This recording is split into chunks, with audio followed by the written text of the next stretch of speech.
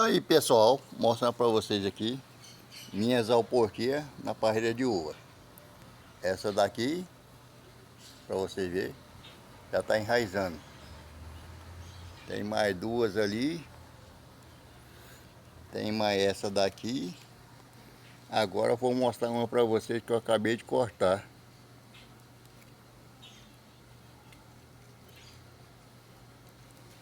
Aqui está ela, ó. Ó, acabei de cortar agora. E olha só, tá com raiz desse lado e tá com raiz desse lado aqui também. E o mais legal de tudo isso é que já está com casca de uva, ó. E assim terei uma muda de uva já produzindo através da alporquia. Fui.